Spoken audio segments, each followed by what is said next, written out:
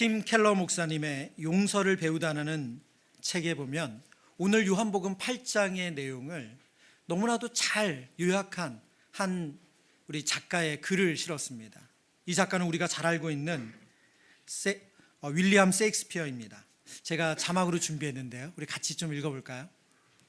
정의에 호소하는 당신이 생각해야 할 게 있습니다. 정의를 따르다가는 아무도 구원을 보지 못합니다. 기도할 때 우리는 자비를 구하지요. 그 기도가 가르쳐 주듯이 우리도 모두 자비를 베풀어야 합니다. 제가 한 번 더 읽어보겠습니다. 정의를 호소하는 당신이 생각해야 할 게 있습니다. 정의를 따르다가는 아무도 구원을 보지 못합니다. 기도할 때 우리는 자비를 구하지요. 그 기도가 가르쳐 주듯이 우리도 모두 자비를 베풀어야 합니다. 셰익스피어의 글은 인간이 정의를 구현한다고 할 때 자비를 놓칠 수 있다 하는 사실을 경고하고 있습니다. 오늘 본문 요한복음 8장의 내용을 너무나도 그 핵심을 잘 담고 있는 문장입니다. 정의를 내세울 때 우리는 주의해야 합니다. 그 정의에 몰입한 나머지 자비를 베풀어야 하는 것을 잊을 수 있기 때문입니다. 서기관과 바리새인들이 현장에서 가늠한 여인을 잡아다가 예수님 앞에 세웁니다. 그런데 그들의 목적은 선하지 않았습니다. 왜냐하면 가늠한 여인을 잡아다 세운 이유가 예수님을 고소할 조건, 예수님을 시험에 빠뜨릴 조건, 그 조건을 그들이 만들기 위해서 그렇습니다. 그들은 이미 가늠한 여인에 대한 재판을 이미 마쳤습니다. 가늠한 여인은 죽어 마땅한 죄인이었습니다. 가늠한 여인은 그들의 목적을 이루기 위한 도구입니다. 그러나 그들이 예상한 모든 것이 빗나가는 일이 발생합니다. 예수님의 말씀 한마디로 가늠한 여인을 판단하고 정죄했던 모든 사람들이 그 자리를 떠났기 때문입니다. 예수님이 하신 말씀은 복잡한 이야기가 아니에요. 아주 단순했습니다. 그러나 예수님의 말씀은 무거웠습니다. 너희 중에 죄 없는 자가 먼저 돌로 치라. 너희 중에 죄 없는 자가 먼저 돌로 치라. 너희 중에 죄 없는 자가 먼저 돌로 치라는 예수님의 말씀을 듣고 이 가늠한 여인을 정죄하고 판단했던 모든 사람들은 양심이 찔려서 하나씩 하나씩 그 자리를 떠났습니다.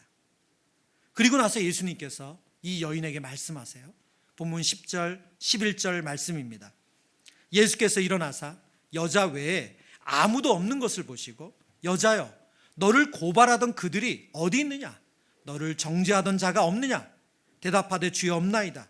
예수께서 이르시되 나도 너를 정죄하지 아니하노니 가서 다시는 죄를 범하지 말라 하시니라. 예수님은 현장에 가늠하다 잡혀온 여인이 죄를 지었다는 사실 너무나도 잘 알고 있었습니다. 그 여인을 향하여 죄 없다 말씀하지 않으세요.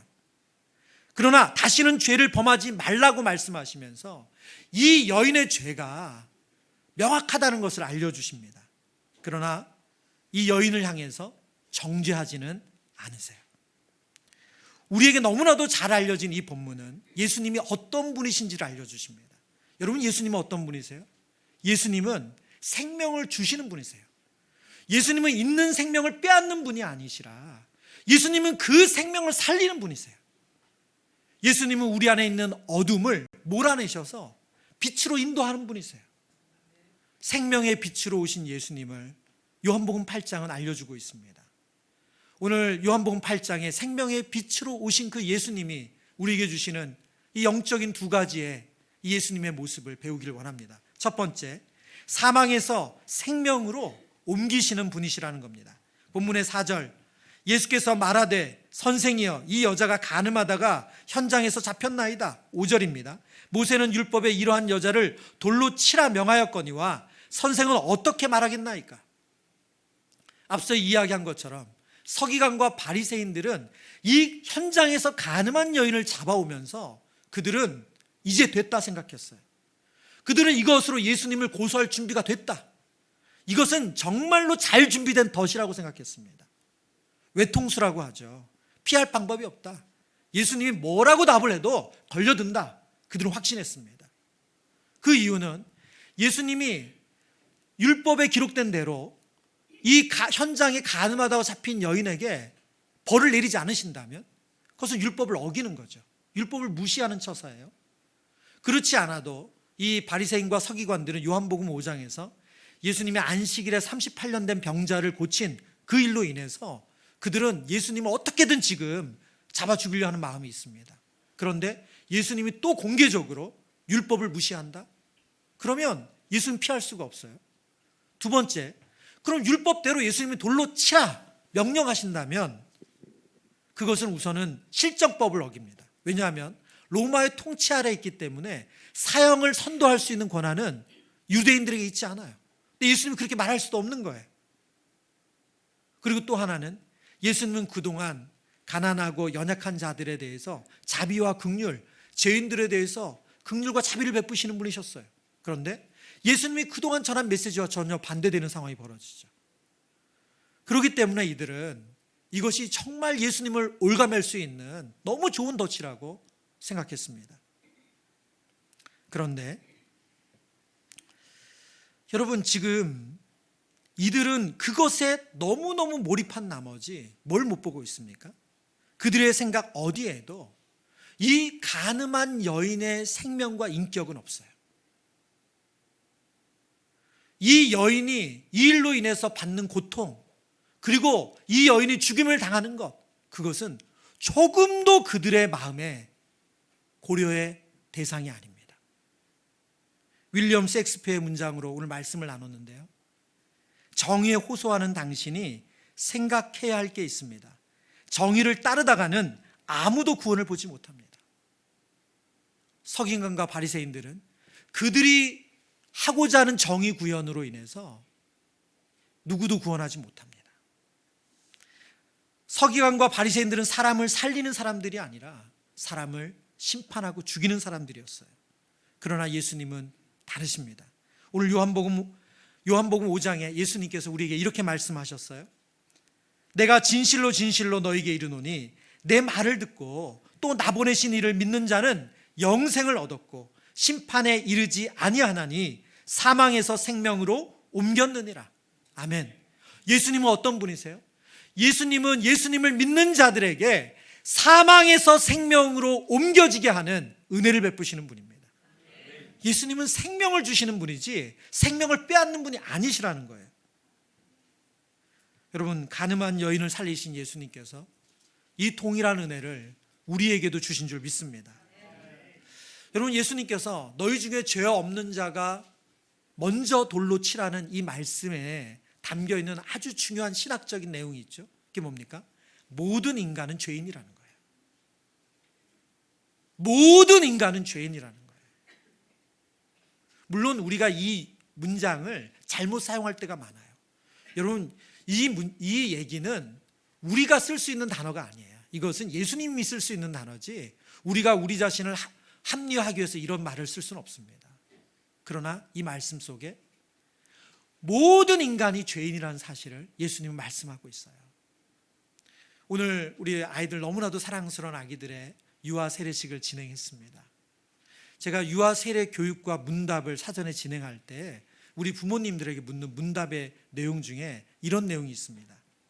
아이 이름을 넣어서 이제 하면서요, 땡땡땡은 예수 그리스도로 말미암아 구원을 받아야 하는 죄인이라는 사실을 인정하십니까? 그러면 감사하게도 우리 부모님들이 다 아멘이라고 대답을 하세요. 그리고 나면 제가 짓궂게 다시 한번 그 부모님의 얼굴을, 우리 엄마와 아빠의 얼굴을 쳐다보면서 물을 때가 있어요. 너무너무 사랑스럽고 예쁜 아이인데 이 아이가 죄인이라고 생각하세요? 이게 다시 한번 물으면 부모님의 눈동자가 흔들려요. 그리고 이어서 얘기하세요. 목사님, 죄인 맞아요. 우리 아이도 죄인 맞아요. 여러분, 인간이 태어나면서 짓는 죄를 자범죄라고 하죠. 그러나 모든 인간 태어날 때부터 죄성을 가지고 태어납니다. 이 땅의 모든 인간은 죄인이에요. 예수 그리스도의 피로 죄사함을 받지 못하면 구원을 얻을 수 없는 죄인입니다. 예수님은 죄인을 판단해서 심판하러 오신 분이 아니시고요, 죄인을 위하여 자신을 내어주기 위해 오셨습니다. 그렇다고 한다면 이 사망에서 생명으로 옮기시는 예수님이 우리의 믿음의 본이라고 한다면 그러면 우리는 어떻게 이 예수님을 따를 수 있을까요? 요한일서 3장 14절 말씀을 표준 세번역 성경으로 읽겠습니다. 같이 읽습니다. 우리가 이미 죽음에서 생명으로 옮겨갔다는 것을 우리는 압니다. 이것을 아는 것은 우리가 형제 자매를 사랑하기 때문입니다. 아멘. 여러분, 지금 요한일서 말씀에서 사망에서 생명으로 옮겨지는 예수님을 우리가 본받을 수 있는 하나님의 자녀된 모습을 알려주고 있습니다. 그 모습은 무엇입니까? 바로 형제 자매를 사랑하는 거래요. 우리가 이미 죽음에서 생명으로 옮겨갔다는 것을 우리는 압니다. 이것을 아는 것은 우리가 형제 자매를 사랑하기 때문입니다. 사랑하지 않는 사람은 죽음 가운데 머물러 있습니다. 여러분, 우리가 예수님으로부터 사망에서 생명으로 옮겨진 하나님의 자녀가 되었다는 것은 이제 사랑할 수 있게 됐다는 거래요. 그 사람을 긍휼히 여기는 사람이 되었다는 거래요. 현장에서 가늠한 여인, 이 여인 사랑받을 자격이 있습니까? 여러분, 예수님이 용서하셨으니까 이 여인 아무 죄가 없는 겁니까? 여러분, 일상에서 우리가 만약 이런 사람을 만난다면, 이 사람이 우리 가정을 파괴한 여자라면 여러분, 우리가 그렇게 쉽게 용서할 수가 있겠어요? 이 여인은 무슨 어떤 배경이 있었는지 모르지만 어쨌든 그 간음함으로 한 가정을 망가뜨린 사람이에요. 사랑받을 자격이 없습니다. 용서받을 자격이 없죠. 그러나 예수님은 그녀마저도 사랑하시고 용서하십니다. 그리고 동일한 사랑을 우리에게 베푸셨어요. 그리고 그 사랑을 받은 우리, 그 용서를 받은 우리에게 오늘 예수님께서 너희도 사망에서 생명으로 옮겨가는 그 일을 할 수 있다. 그게 뭔지 아냐? 사랑하는 거래요. 여러분, 성경이 말씀하시는 사랑은 가치가 있어서 사랑하는 게 아니에요. 자격이 있어서 사랑하는 게 아니에요. 그럴 만한 자격, 사랑받을 만한 자격, 사랑받을 만한 조건, 그게 안 되는데 가치를 부여하며 사랑하는 게 오늘 예수님이 보여주신 사랑이고 성경이 우리에게 알려주시는 사랑이에요. 여러분, 우리가 그 사랑을 할 때 그 사람 인생의 사망에서 생명으로 옮겨지는 기적이 일어난대요. 이해되지 않고 용서되지 않고 받아들이기 쉽지 않은 대상들이 있습니다. 우리의 가정에도 있고 공동체에도 있고 직장에도 있고 이웃에도 있습니다. 그러나 우리가 사망에서 생명으로 옮겨졌다는 이 은혜를 기억할 때 우리도 그 사람을 용납하고 용서하고 사랑할 수 있다는 거예요. 여러분, 제자훈련의 마지막, 모든 제자훈련의 마지막과 제목이 새 계명 서로 사랑하라요. 여러분, 제자훈련 잘 받았다고 하는 것은 경건 생활을 아주 숙달되게 연마해가지고 누구도 하루도 빼놓지 않고 경건 생활 잘하는 사람 되는 것, 그게 열매 아니에요. 제자훈련의 열매, 엑기스가 있다면 사랑하는 거예요. 누구보다 너그러운 사람 되는 거예요. 누구보다 이해력이 높은 사람이 되는 거예요. 그게 제자훈련의 열매예요. 오늘 성경 우리에게 우리도 사망에서 생명으로 옮겨지는 일을 할 수 있대요. 그게 바로 자격이 없고 가치가 없고 그래주지 않아도 되는데 너그럽게 이해하고 사랑하고 용서하는 거래요. 여러분, 사랑에 대해서 우리가 가지고 있는 이미지는 감정이 많습니다. 그래서 막 사랑하는 사람만 허그하고 악수하고 이거잖아요. 근데 성경이 말하는 사랑은 이런 감정이 그냥 가득 찬 그런 사랑이 아니에요. 여러분, 성경이 말씀하신 사랑은 의지적인 사랑이에요. 원수를 사랑하라고 하실 때 성경이 사용하는 비유가 있습니다. 그게 뭐냐면 그 원수의 머리 위에 숯불을 놓은 것 같대요. 여러분 머리 위에 뜨거운 거 놓으면 얼굴이 어떻게 됐겠어요? 뜨거워지죠. 붉게 되죠. 그건 뭐냐면 부끄럽게 된다는 거예요. 여러분, 어떤 일로 여러분이 얼굴이 화끈거리고 부끄러우세요? 누군가는 여러분이 그 사람에게는 나쁜 짓 했는데, 못된 짓 했는데, 못한 했는데 그 사람은 여러분에게 그렇게 안 하고 선하게 대할 때, 착하게 대할 때, 너그럽게 대할 때, 이해할 수 없이 잘해줄 때, 그럼 부끄럽잖아요. 나는 진짜 못됐게 했는데. 의지적인 사랑이에요. 저와 여러분 안에 이 은혜가 있기를 축원합니다. 생명의 빛 되신 예수 그리스도는 두 번째, 흑암의 권세에서 건져내어 우리를 빛의 자녀로 살게 하십니다. 12절 말씀 함께 읽습니다. 예수께서 또 말씀하여 이르시되 나는 세상의 빛이니 나를 따르는 자는 어둠에 다니지 아니하고 생명의 빛을 얻으리라. 아멘. 성경에서 예수님은 나는 무엇이다, 에고에이미, 이전에도 나는 생명의 떡이다, 이게 예수님의 신적인 표현이라고 말씀드렸죠. 예수님께서 자신을 나는 빛이라고 말씀하세요. 이것은 요한복음 1장부터 예수님이 자신이 누구신지 알려주셨던 내용입니다. 요한복음 1장 9절 10절, 참빛 곧 세상에 와서 각 사람에게 비추는 빛이 있었나니 그가 세상에 계셨으며 세상은 그로 말미암아 지은 바 되었으되 세상이 그를 알지 못하였고, 예수님이 이 땅에 오시는 그 순간부터 빛으로 오셨어요. 어둠을 밝히는 빛으로. 그런데 어둠인 우리는 그 예수님을 영접하지 않았다는 거예요. 그런데 그 예수님은 포기하지 않고 우리를 향하여 빛을 비춰주셨습니다. 그래서 어떤 일이 벌어졌습니까? 골로새서 1장 13절, 그가 우리를 흑암의 권세에서 건져내사 그의 사랑의 아들의 나라로 옮기셨대요. 흑암의 권세 아래 있던 우리가 이제는 바로 그 아들의 사랑의 나라, 예수 그리스도의 나라, 하나님의 나라로 옮겨졌대요. 이게 하나님께서 빛으로 오셔서 우리에게 베푸신 은혜예요. 여러분, 어둠에 있던 우리가 빛의 자녀로 사랑의 나라로 옮겨졌다는 것, 우리가 두 번째 삶을 산다는 뜻입니다. 흑암의 권세 아래 있는 첫 번째 삶은 죽고 그의 사랑의 아들의 나라에서 새로운 삶을 시작하는 거죠. 근데 저와 여러분이 너무나도 잘 알고 경험하는 것처럼 우리가 분명히 빛의 자녀로 부름을 받았어요. 그렇게 구원을 받았어요. 사망에서 생명으로 옮겨졌어요. 신분이 완전히 바뀌었단 말이에요. 그런데 여전히 우리는 우리 안에 죄된 본성으로 인해서 어둠의 일을 해요. 그 일을 가끔 하는 게 아니라 자주 해요. 그 죄된 습관을 버리지 못하고 그 악한 생각, 악한 말, 그 악한 행동을 우린 여전히 지금도 해요.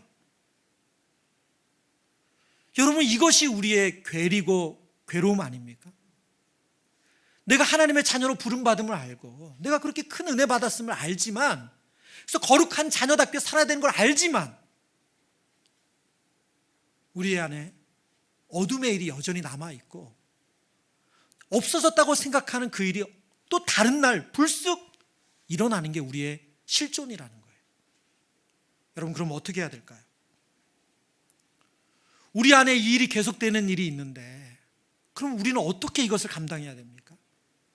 성경은 우리에게 빛의 자녀답게 살라고 끊임없이 요구하시는데 그 말씀을 들을 때마다 그냥 괴로워만 해야 되나요? 갈라디아서 5장 17절 말씀입니다. 같이 읽습니다. 육체의 소욕은 성령을 거스르고 성령은 육체를 거스르나니 이 둘이 서로 대적함으로 너희가 원하는 것을 하지 못하게 하려 함이니라. 성경은 이것에 대해서 침묵하지 않아요. 알고 있어요. 우리 안에 있는 죄된 본성, 그 육체의 소욕이 끊임없이 우리를 다시 어둠의 일로, 우울함으로, 누구를 정죄하고 판단하고 험담하고 수근거리고 그 일로 끌고 간다는 거 성경이 안다는 거예요. 이 두 마음이 끊임없이 우리 안에서 싸운대요. 여러분, 그러면 우리는 어떻게 하면 됩니까? 이 싸움에 이길 때가 있어요. 승리할 때가 있어요. 누가 나에게 나쁜 말 해도 내가 그대로 안 갚아주고 정말 너그럽게 용서하고 이해해 줄 때가 있습니다. 그러나 나도 모진 말 SNS로 올리고 쓰고 내뱉을 때도 있단 말이에요. 여러분, 그때 우리는 어떻게 해야 됩니까? 오늘 가늠한 여인을 용서해 주시는 예수님을 묵상하다 보면 용서하시는 예수님을 발견하거든요. 베드로가 예수님께 좀 자랑하듯 자신을 드러내듯 이렇게 말했어요. 예수님, 누군가 잘못했을 때 제가 그 사람을 7번이나 용서해 주면 예수님 충분합니까? 왜 그렇게 자신 있게 얘기했냐면 당시 랍비들은 율법에서는 3번만 용서하면 된다, 그렇게 가르쳤거든요. 그러니까 7번은 어마어마한 숫자잖아요. 2배가 넘는 숫자잖아요. 그러니까 이 정도면 충분할 거라고 확신하고 얘기한 거예요. 근데 예수님 뭐라고 말씀하셨어요? 70번씩 7번이라도 용서해라. 그 말은 490번을 카운트하면서 용서하라는 말씀이 아니시고 무슨 말씀이에요? 무조건 끝까지 용서하라는 말씀이에요. 그러면서 예수님이 행하신 비유가 1만 달란트 탕감받은 종의 비유예요. 여러분, 우리가 빛의 자녀답게 살지 못하고 다시 어둠의 일을 행할 때 우리가 행할 것은 단 하나입니다. 우리를 용서하신 그 주님 앞에 다시 엎드리는 거예요. 다시 은혜를 구하는 거예요. 긍휼을 구하는 거예요. 하나님, 제가 이렇게 살았어야 됐는데, 제가 이렇게 순종했어야 되는데 또 제 마음대로 제 뜻대로 했고 제 감정대로 했고 제 좁은 소견대로 했습니다. 하나님의 뜻을 또 거슬렀습니다. 그리고 주님 앞에 나가 엎드리는 거예요. 최근에 제가 본 영화가 있어요. 정말 오랜만에 극장을 가서, 이 제자훈련이 끝나니까 영화 볼 수도 있더라고요. 예. 그래서 최근에 누가 추천을 해주셔가지고 영화를 보러 갔어요. 그 영화가 이 리바운드라는 농구 영화였습니다. 놀랍게 정말 이 메시지를 너무 잘 잡고 있는 단어를 하나 배웠습니다. 이 영화 제목이 리바운드예요. 리바운드. 농구에서 이제 공을 던졌을 때 튀어져 나오는 공을 다시 받는 거를 리바운드라고 하잖아요. 근데 영화에서 그 리바운드를 이렇게 정리합니다. 리바운드, 실수와 실패를 만회하려 하여 다시 한번 기회를 얻는 것, 실패를 성공으로 바꿀 수 있는 기술이 리바운드래요. 이렇게 심오한 단어인지는 몰랐어요. 실수와 실패를 만회하려 하여 다시 한번 기회를 얻는 것이 리바운드래요. 다시 기회를 얻는 것. 여러분, 영적으로 예수님은 우리에게 늘 리바운드 할 수 있는 기회를 주신다는 거예요. 우리가 빛의 자녀답게 공을 쏘아 올렸는데 그게 골대에 제대로 들어가지 못했어요. 튕겨져 나왔어요. 맞지 않았어요. 그러면 다시 그 공을 잡아서 던질 수 있는 기회, 그 기회를 계속해서 주신다는 거예요. 여러분, 이 영화가 보게 된 이유가 실화라는 거래요. 그래서 무슨 내용의 실화냐 봤더니 부산에 이제 중앙고라는 고등학교의 농구부 이야기인데, 이 학교가 농구부를 이제 없애려고 해요. 그런데 이 졸업생들이 농구부 없애면 반대한다고 그러니까 그냥 교장이, 그래, 그럼 명목상 이름만 남겨놔. 근데 코치 월급 주긴 아까운 거예요. 그러니까 어떻게 하냐면 학교에 있는 공익요원을 코치로 세웠어요. 그냥. 예, 이것도 되게 우스꽝스럽잖아요. 그런데 놀랍게도 이 공익요원이 이전에 농구 선수였어요. 예, 20대 중반에 그 학교 출신에 농구 선수였던 거예요. 그래서 이제 팀 네가 꾸려서 해봐. 그러니까 이 젊은 패기로 해보겠다고 나서서 학생들을 모집했는데 6명을 모았어요. 여러분, 농구 대회 나갈 때 엔트리가 한 15명 정도 된대요. 왜냐하면 끊임없이 교체를 해야 되니까. 6명 가지고 어떻게 대회를 나가겠어요? 첫 번째 대회는 실패하고 두 번째 대회를 나가는데 놀랍게도 이 두 번째 대회에서 전국대회 준우승을 해요. 여러분, 이 정도로 안 놀랄 줄 몰랐네요. 여러분, 그냥 뭐 길거리 농구하는 게 아니에요. 그 농구 전국대회에서 만난 그 상대팀의 그 선수가 누구냐면 허준이, 예, 허재의 아들 허훈, 예, 허훈이에요. 실제 있었던 사실이니까. 예, 그 팀과 싸워서 준결승에서 준우승을 하는 거예요. 심지어 어떠냐면 6명이니까 교체가 안 되잖아요. 근데 한 선수가 다쳤어요. 그러니까 이제 교체도 없어. 5명가 뛰는 거예요. 마지막 결승전에는 2명의 선수가 5반칙 퇴장을 당해요. 3명이서 뛰는 거예요. 정말 진풍경이죠. 그렇게 해서 준우승하는 팀이 됐어요. 근데 그 코치가 이 중간에 쉬는 시간에 선수들에게 그런 말을 해요. 이거 사실 부산 사투리로 해야 되는데, 어떻게든 리바운드를 잡아낸 거지. 근데 그거는 내 혼자 잡은 게 아니거든. 너희들이 악착같이 리바운드를 잡아서 서로가 서로에게 공을 던져줬잖아. 여러분, 제가 이 이야기를 듣는데요, 한편에 정말 주옥 같은 설교를 듣는 심정으로, 여러분, 우리가 빛의 자녀로 사는 거, 우리가 살아야 된다는 거 압니다. 그런데 잘 안 되죠. 근데 오늘 성경은 우리에게 이 일을 우리 혼자 하는 게 아니라 우리가 공동체적으로 하는 거라고 말씀해요. 여러분, 제자훈련 각자 한 분 한 분 혼자 했다면 끝까지 감당하는 거 힘들어요. 그런데 훈련생들이 끊임없이 서로를 붙잡아줘요. 리바운드를 계속 해주는 거예요. 내가 받은 은혜를 저 사람에게 나눠주는 거예요. 그리고 또 다른 사람이 은혜 받으면 그것도 나눠주는 거예요. 끊임없이 공을 받아서 서로에게 넘겨주는 거예요. 그래서 그러다가 기회가 오면 쏘면 그게 들어가는 거예요. 여러분, 빛의 자녀로 사는 성도들의 지혜는 나 혼자 하는 게 아니라 함께 하는 겁니다. 저와 여러분이 다락방 안에서, 훈련 안에서, 또 봉사 공동체 안에서 함께 하는 게 그거예요. 영적으로 리바운드 하는 거예요. 내가 공을 튕겨받은 거 받으면 그거 옆 사람에게 주고, 그럼 그 옆 사람이 공을 쏘아서 들어가면 되죠. 그게 우리 승리가 되는 거예요. 말씀을 정리합니다. 예수님은 생명의 빛으로 오셨어요. 예수님은 우리를 심판하고 정죄하고 죽이러 오신 분이 아니라 살리러 오셨다는 거예요. 서기관들은 이 여인이 죽든 말든, 이 여인이 인격 살인을 당하든 말든 아무 상관없어요. 왜요? 자신들의 정의만 중요하거든요. 그러나 예수님은 그런 분이 아니시고요. 예수님은 생명을 주는 분이세요. 그 예수님은 우리에게 우리 안에 있는 어둠을 몰아내시고 빛을 비춰주세요. 근데 빛된 자녀로 사는 우리는 다시 어둠의 일을 행할 때가 있습니다. 그때마다 어떻게 하면 된다고요? 리바운드를 기억하세요. 다시 기회 주시는 주님.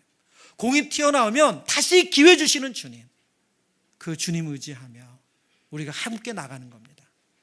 그때 하나님께서 우리를 통해서 하나님의 역사를 이루실 줄을 믿습니다.